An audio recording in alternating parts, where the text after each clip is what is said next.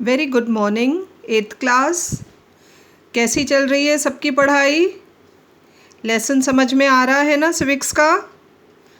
कौन सा लेसन कर रहे हैं हम? कॉन्स्टिट्यूशन। बहुत ज़रूरी है कॉन्स्टिट्यूशन समझना, ठीक है। So what were we doing?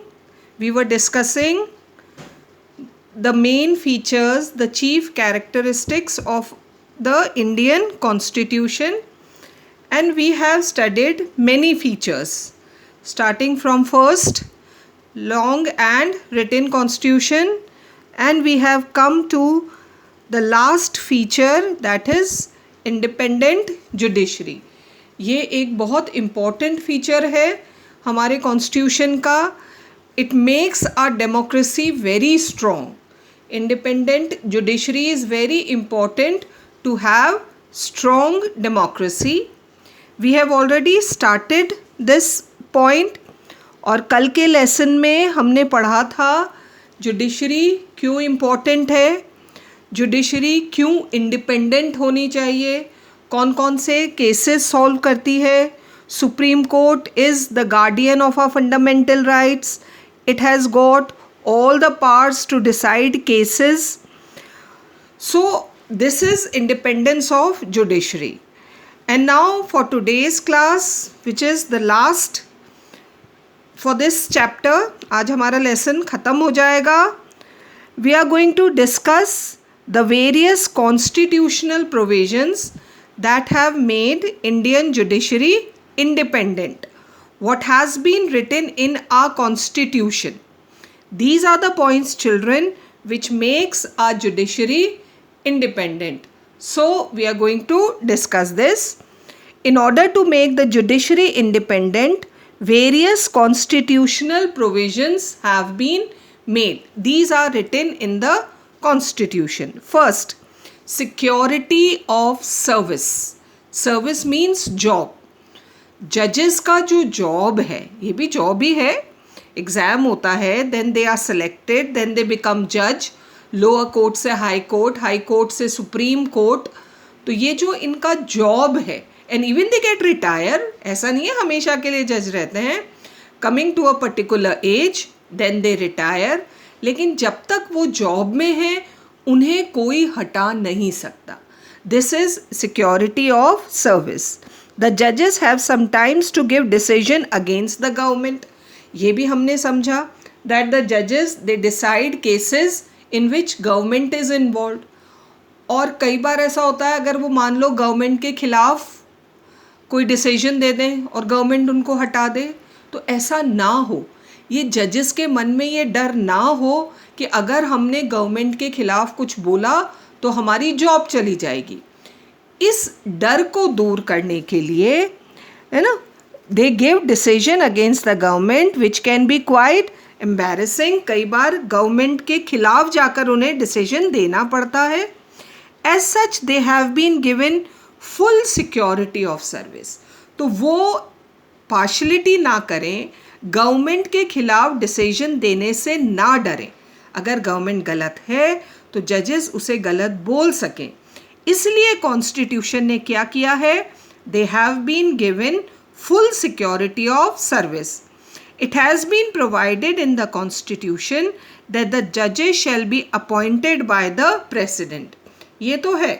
All the और ऐसे ही नहीं हर किसी को जज बना देते. Of course उनके पास क्वालिफिकेशन होनी चाहिए, पर्टिकुलर क्वालिफिकेशन होती है जज बनने की, तब जाकर किसी को जज बनाया जाता है. लेकिन कौन बनाता है? The president. They are appointed by the president but cannot be removed from office by him. लेकिन प्रेसिडेंट उन्हें उनके ऑफिस से, उनकी पोस्ट से हटा नहीं सकता. President can only appoint them but he can not remove them. Only in the event of gross misbehaviour.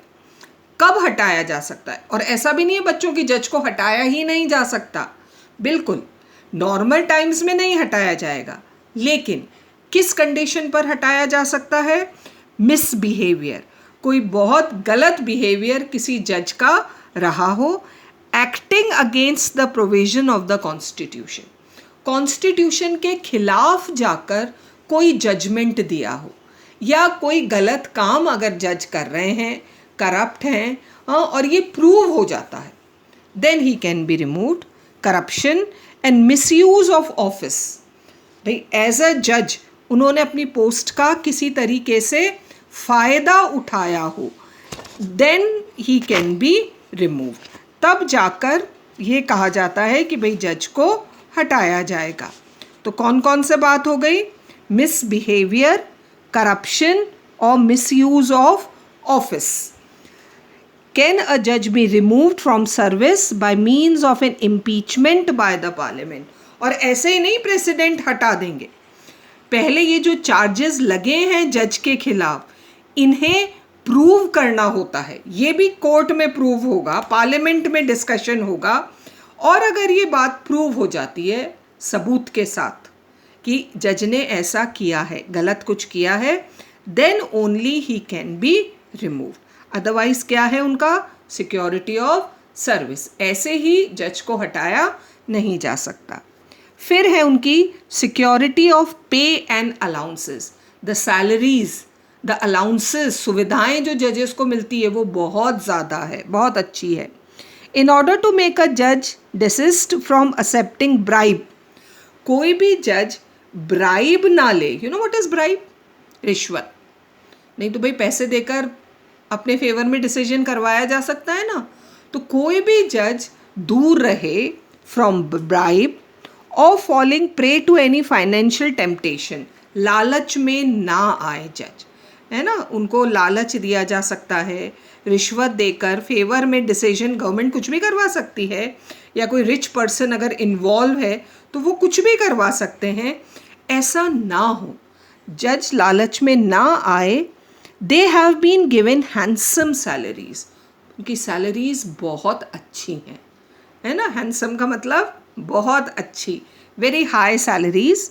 Besides many allowances and other facilities, और भी उनको बहुत सारे अलाउंसेस मिलते हैं, बहुत सारी चीज़ें फ्री मिलती है, रेजिडेंस मिलता है, व्हीकल मिलता है, और भी बहुत सारे ऐसे अलाउंसेस हैं जो अलग अलग जजेस को दिए जाते हैं. ये सब कॉन्स्टिट्यूशन में लिखा हुआ है ताकि वो किसी भी लालच में ना आए.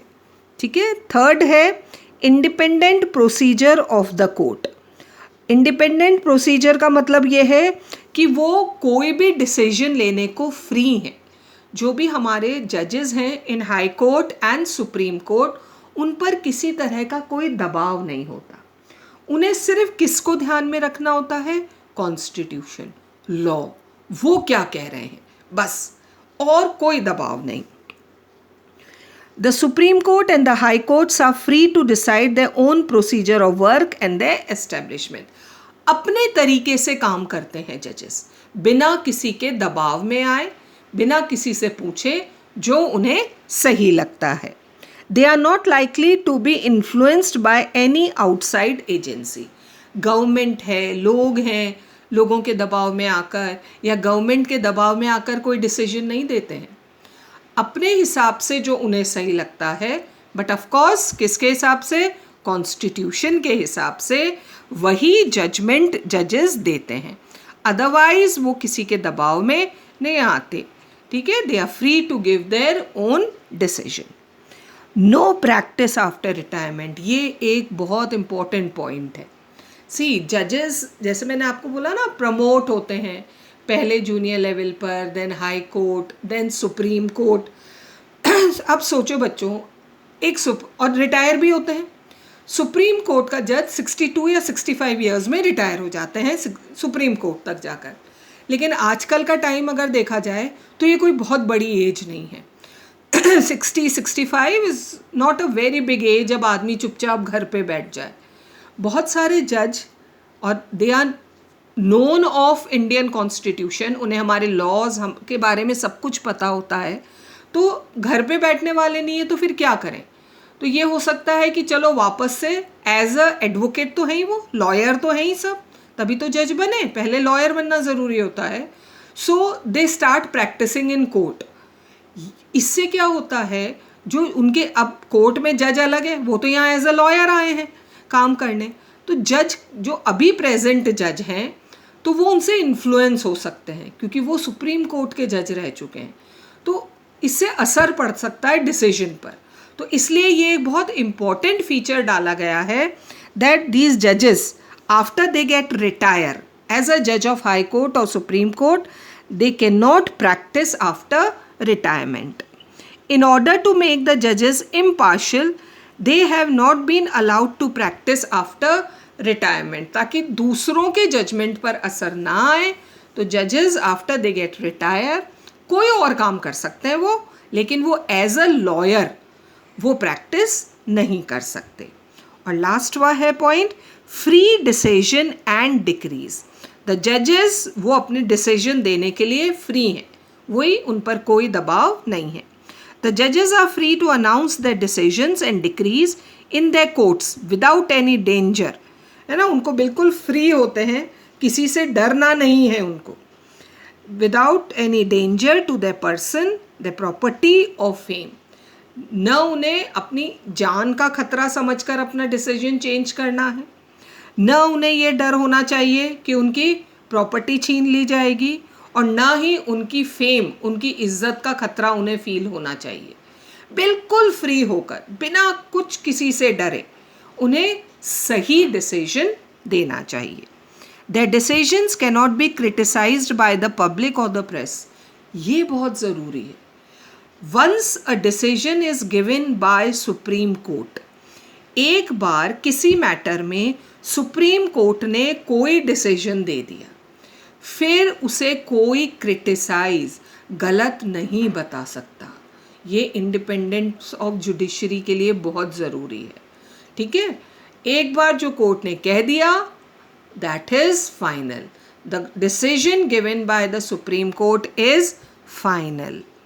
The personal safety is the duty of the state and is insured at all cost. जजेस को प्रोटेक्ट करना, उनकी लाइफ को प्रोटेक्ट करना किसकी रिस्पॉन्सिबिलिटी हो जाती है? गवर्नमेंट की, कि जजेस को की लाइफ को कोई खतरा ना हो, उनकी फैमिली को कोई खतरा ना हो, क्योंकि अगर खतरा होगा तो जजेस इम्पार्शियल डिसीजन नहीं दे पाएंगे ना। तो ये खतरा ना हो, उनकी लाइफ प्रोटेक्टेड रहे, सेफ रहे, this is the responsibility of the government. ये गवर्नमेंट की जिम्मेदारी है कि कभी किसी जज की लाइफ को खतरा ना हो, तभी जाकर जजेस इम्पार्शियल डिसीजन, फ्री डिसीजन दे पाएंगे। So these are the constitutional provisions to keep the judiciary independent, ताकि वो फ्री होकर बिल्कुल अपने डिसीजंस दे सकें। समझ में आया बच्चों? With this we come to an end of this chapter, that is constitution. Go through it, एक बार ध्यान से सारे फीचर्स पढ़ो। अब next two days I will give you question answer exercises करेंगे, हम इसके क्वेश्चन आंसर्स करेंगे, लेसन को गो थ्रू करो। और ये सब होने के बाद नेक्स्ट हम स्टार्ट करेंगे विद हिस्ट्री। तो तब तक आपके पास अभी 2-3 दिन है, जब तक हम एक्सरसाइजेस कर रहे हैं, है ना। गो थ्रू द चैप्टर, अच्छे से समझ में आ जाएगा। एक बार वापस से लेसन सुन लो सारे जो मैंने आपको समझाए हैं, कहीं कोई डिफ़िकल्टी आ रही हो तो you will be able to understand. ठीक है बच्चों, नेक्स्ट हम स्टार्ट करेंगे हिस्ट्री। तब उसके पहले will do exercise tomorrow. Till then keep reading.